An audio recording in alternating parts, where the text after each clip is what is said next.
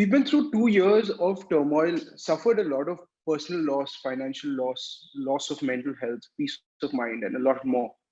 The last 2 years have been nothing short of transformational for me. Looking back, I almost think like I don't know how I would be able to live my life joyfully and happily if it wasn't for the last 2 years.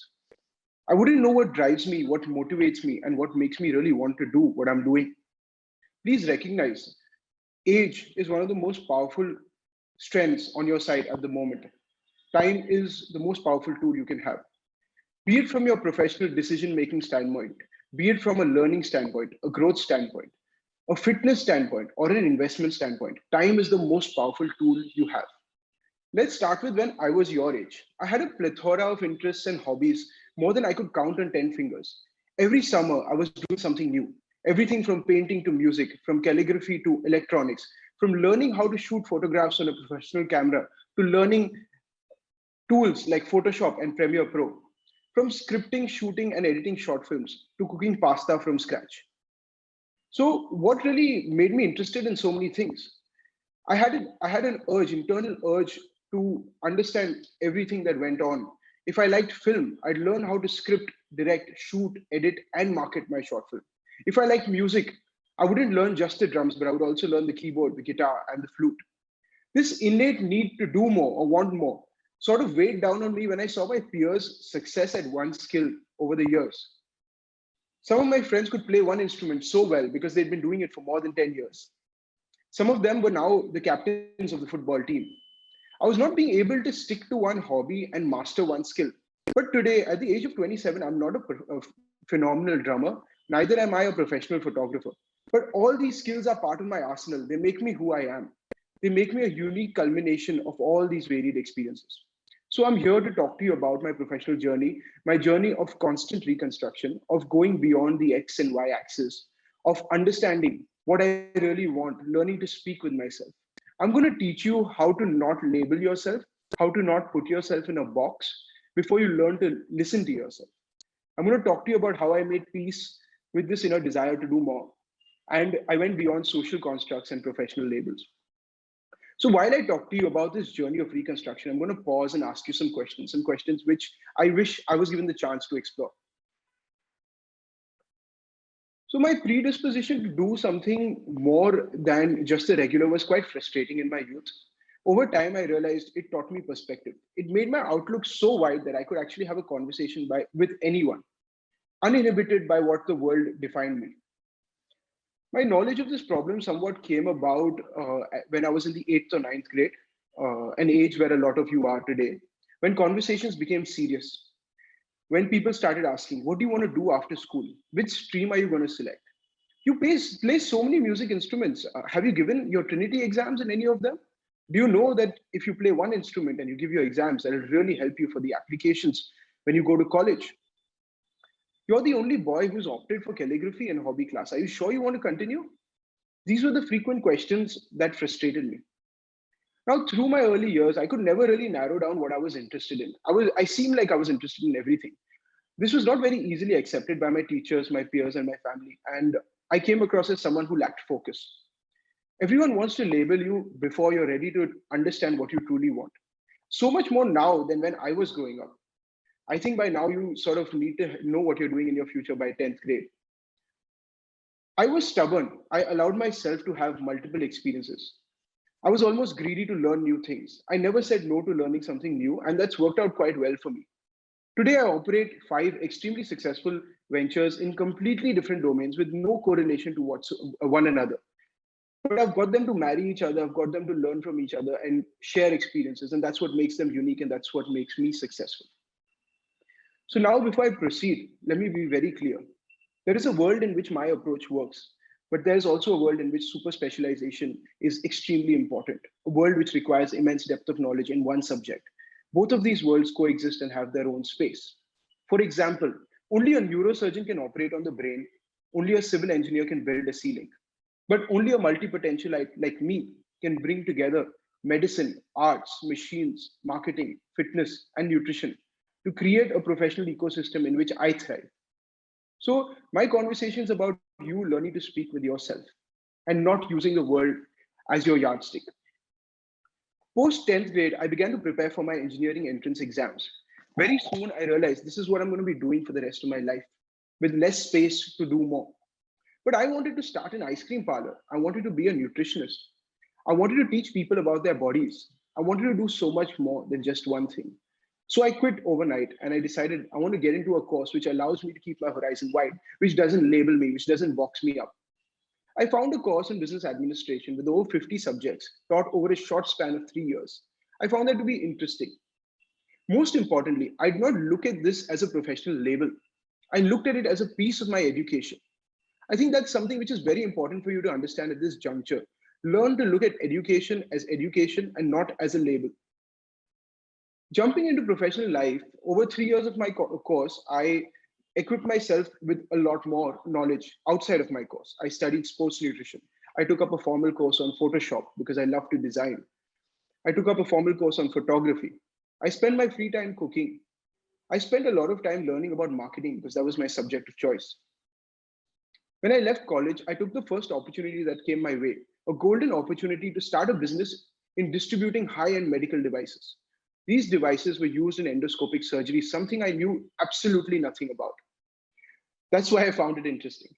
It was an opportunity for me to run my own business, so I jumped at it. The first year, I realized what professional life actually is. It was quite different from what I expected. I couldn't simply start multiple businesses and allow them to be successful without actually learning to master one. I had to understand and create in-depth knowledge in my subject. I had to understand the nitty-gritties of each industry.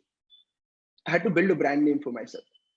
So very differently from what I expected, I was actually in the operation theater from 6 a.m. to 12 in the afternoon every day for the first year of my professional journey, learning everything about what I was doing, what I was selling, understanding what was important to the customer. It was an amazing experience building my medical enterprise. But if I have to be honest to myself, the industry didn't appeal to me. It was a boring old trading business. I still very successfully operate that business and its revenues run into the tens of crores now. But it wasn't my space. There was no space for creativity, no space for art. My thirst for my professional career had not been quenched. At 1.5 years, I realized I'm very quickly bored.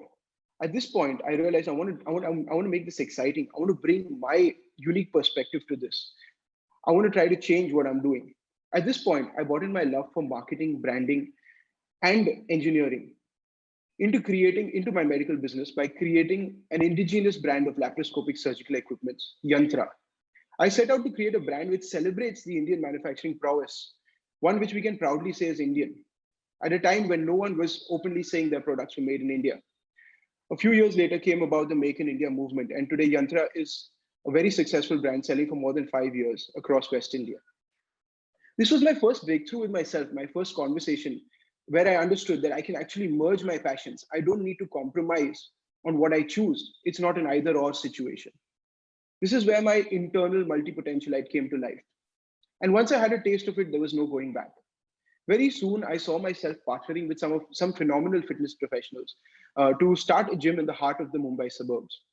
One that puts the client first, one that lets people learn about their own bodies, teaches them about their food intake, their nutrition, which was a long-term goal of mine. Today, United Strength Gym is Juhu's highest rated gym with over 500 active members. Once I saw my venture stabilize and I started to make some money, I began to reinvest into growth. I never settled, I never got complacent. I always wanted to continue to grow. I knew I can help people understand how to visualize their brands, how to use design to sell better, how to understand the customer. Through all my varied experiences in the fitness and medical industry, I wanted to bring my knowledge for branding and marketing together with my knowledge for sales and understanding of customers.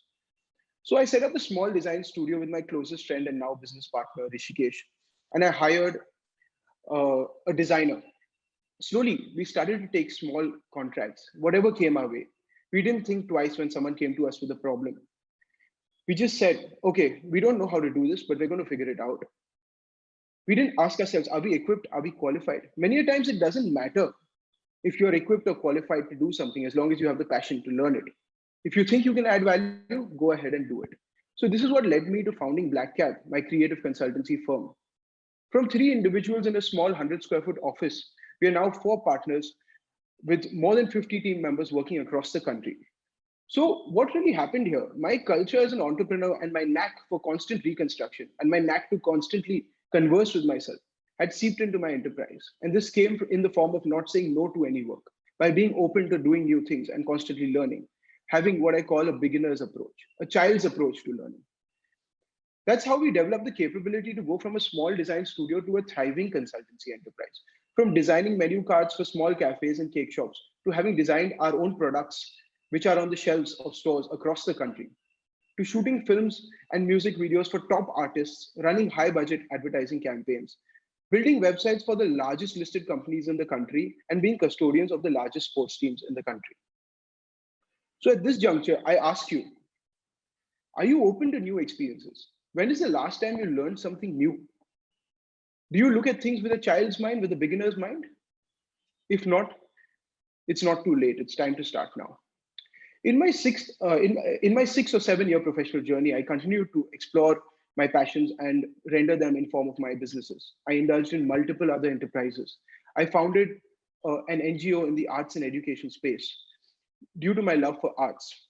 I knew the power of arts and I wanted to bring it to the grassroots level of the country. My NGO helps children from low income communities open up and express themselves better, communicate better, empathize, think clearly, and make critical decisions, all through the power of art. Led by my closest friends and colleagues, Mansi and Chavi, the NGO has now worked with more than 7,000 students. Now, this sounds wonderful, and running 5 successful businesses, managing teams of more than 100 people, and making some money early in life is fantastic. But what can be bad about it? Before the pandemic, I didn't have a moment to stop and appreciate my journey. I didn't have a second to just understand what I've been able to achieve. I didn't have a way to balance my ambition and my capability. I was lost, frustrated, and almost burnt out. I was tired and I was doing a little more than I could take. I had prioritized my professional sphere to such an extent that my personal, family, and social spheres had shrunk to almost non existent. I saw friends create focused careers with clear definitions, while I still failed to put into words what I was doing. At this point, I was first introduced to what I'm talking to you about, the word multipotentialite. I learned that there are people who cannot limit themselves to one thing, who can go beyond, who have multiple interests. They want to do more, they want to learn more, and they don't want to be defined by one single word.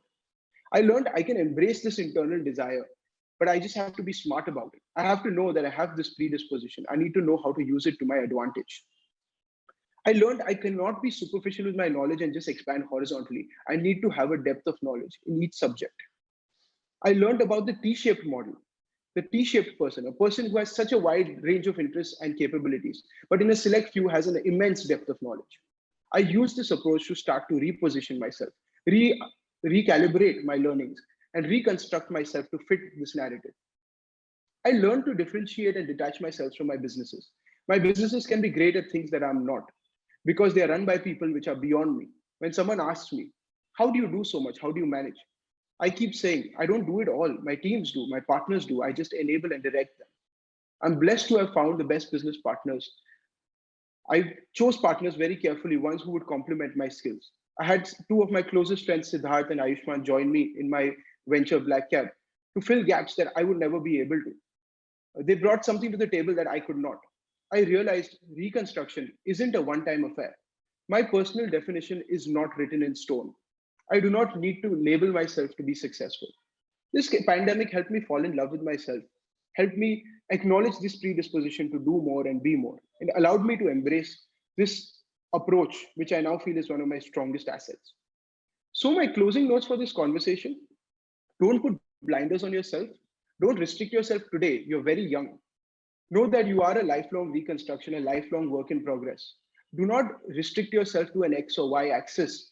Recognize that there is a Z axis in life, there is a depth. We are not two-dimensional beings. Don't let your life be one color, let it be a splash of colors. Don't choose one favorite song. Have a song for every mood. Allow your different learnings cross-pollinate with each other, speak with each other to create something unique, something which no one else can possess. Allow yourself to explore beyond the confines of social and societal constructs. Choose the path you want to take by listening to yourself and speaking with yourself.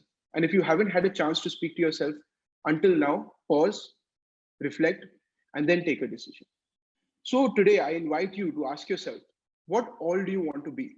What all do you want to do? Have you listened to yourself? And are you open to constant reconstruction and redefinition of yourself? Thank you.